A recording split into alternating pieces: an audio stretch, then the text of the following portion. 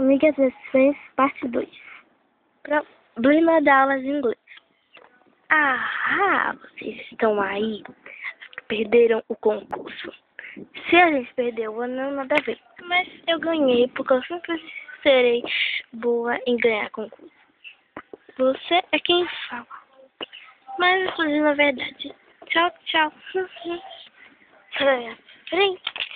Mas eu nem faço questão mesmo de ganhar. Eu perdi o concurso, porque se quiséssemos ganharíamos. E pra que se inscreveram? Olha, parece que a lançonete abriu. Bom dia, mal educada. Eu não devo nem um bom dia, principalmente boa tarde a você. Menina, eu quero falar com você. Se você quer falar comigo, eu não tenho nada pra falar com você. Tem... O que é? Em primeiro lugar, eu quero que você... Conversamos no pátio. No pátio? Ah, você chegou. O que foi? Bom, em primeiro lugar, eu queria que você desaparecesse da escola. De jeito nenhum, porque eu iria sair da escola.